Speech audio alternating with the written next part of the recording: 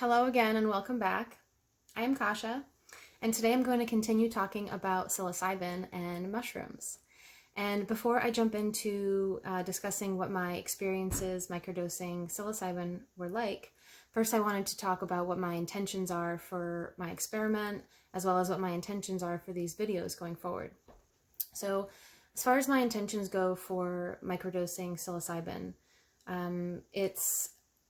it all comes back to this process of expansion and trying to expand my point of view and to perceive life differently or to look through different lenses. And by doing so, we can often heal parts of us that seem to be covered most of the time. So we can uncover a lot of inner healing by approaching our thoughts and our actions and our beliefs through a different point of view. And sometimes we get stuck in this like tunnel vision of the same point of view for a long time because it's our point of view and we haven't allowed other points of view to expand ours.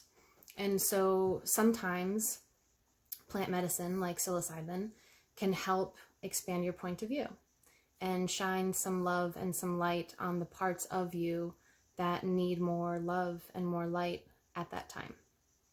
So plant medicine has always been something that's really special and important to me. And I really just wanted to share my journey and my experiences with other people. And if it helps lessen the taboo or it helps change the talk around mushrooms and psilocybin and plant medicine, then that's amazing. So I am not here to tell you or anybody else to use plant medicine. I am not here to tell you that it is safe. I'm not here to tell you what the safe amounts are or how to do it. I'm just here to share what my experiences are and what I'm going through and to hopefully change the talk. And so these videos are meant to encourage you to seek your own truth and to look up other people doing things that you're interested in. Look up other types of healing, other modes of medicine, other than what you've been taught to follow. And so coming from a pharmacy background, I know that we in medicine love to just give people drugs. And that's not always the answer. And drugs can help. They do help some people some of the time. They do help a lot of people a lot of the time. But a lot of time in our society right now, you'll give somebody medicine and then you'll send them out the door and nobody follows up with them. Nobody makes sure that they're taking their medicine properly. Nobody makes sure that they are getting the proper counseling that they need, that they're getting the exercise that they need. Most health professionals honestly don't even try to get their patients to make lifestyle changes before putting them on medications. And in that way, we're kind of just like throwing a Band-Aid on people. And so plant medicine is a really beautiful tool because a lot of people that partake in plant medicine recognize the holistic point of view of the mind, the body, and the soul.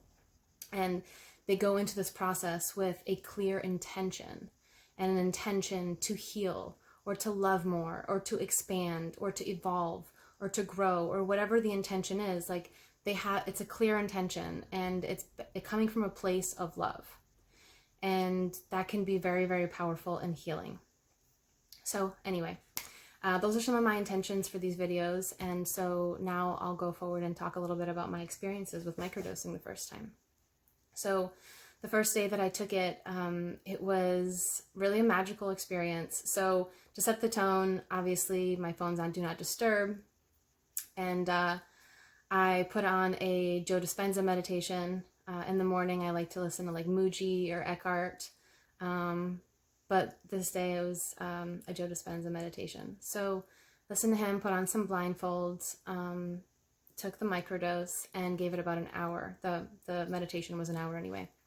So after I took my headphones out, my blindfold off, I can tell you that I was not tripping as a lot of you might know what that means. I wasn't tripping. I wasn't like seeing things. The walls weren't like, melting. The rug wasn't like breathing, and none of that stuff. However, there was an energetic shift that happened.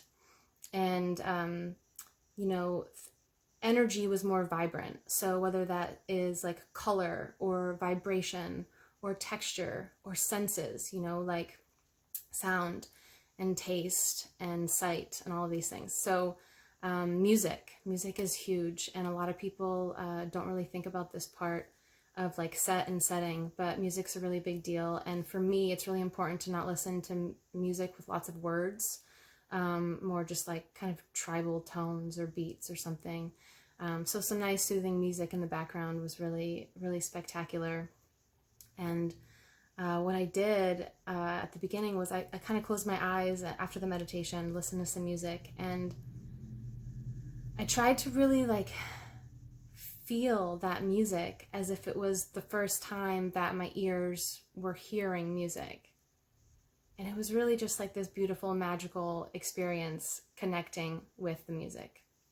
So meanwhile, I decided to pull out some notebooks and some markers and some pens, and I started drawing.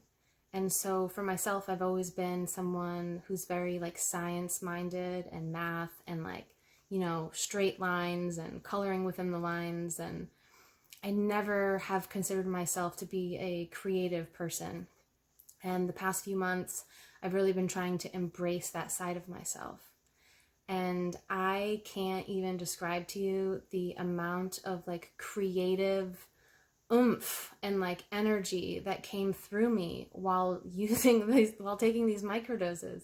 It was wild. Like, I've always been, one of my main points of resistance with art or with creativity is like the rigidity and the fear of something being wrong or ugly or like out of place. And it was very, very liberating. And it was liberating to feel like the energy, you could feel energy flowing through my body and flowing through and creating with this art. And that was a brand new feeling for me. I've never had that. I've never had this like creative flow come through me to the point where my hands weren't rigid when I was trying to draw or write or create art or journal. So that was very, very significant for me. Another thing was, as I was sitting in my meditation, becoming more present of my body and becoming more aware of my body, there was a point where I felt weightless, right? Where my body was in my living room on the floor, and I was observing this body sitting on the floor. And in those moments, there was no weight. Like, I was weightless. It was very like fluid, right? And as I came back to my body and came back into my body and opened my eyes, I could feel the disconnect of energy in my body. And so for about a month now, month and a half, I've been having this like pain in my lower left side. And it's just like this weird muscle thing. I couldn't really figure it out. And during this meditation, I could feel where the energies were like aligned and misaligned within my body, and how I was, overcompensating, honestly, like where my right side was kind of leaning over to my left side and like squishing it.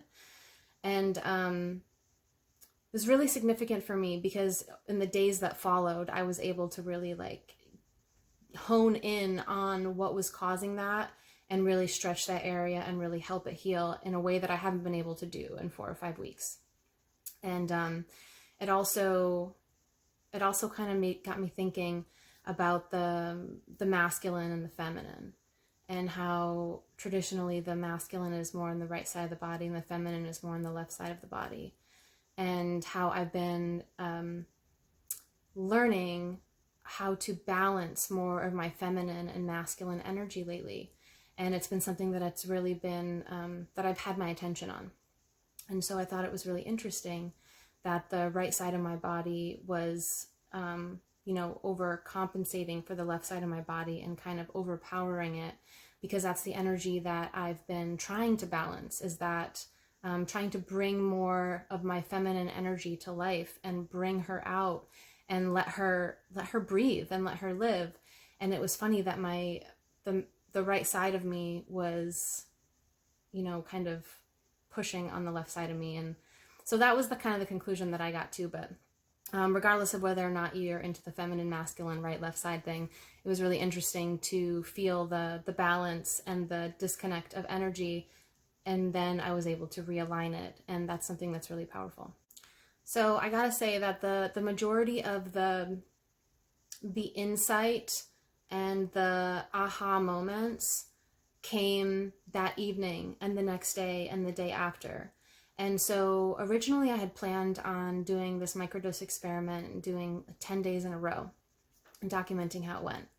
But after the first day was so profound and so just like, I just felt like activations happening in every cell of my body constantly for days afterwards, that I decided to kind of do this a little bit more intuitively. And after I feel like I've been able to process and integrate what I have learned from my experience, then I'll move on and do it again and share those results with you. But anyway, I have a lot more insights that I want to share with you from this first experience. However, I just wanted to get this video out there because I wanted to make this one like kind of short and accessible to people. And then I will continue sharing what I've learned with you along the way. Thank you for stopping by today. Thanks for listening this far. I really appreciate you a lot.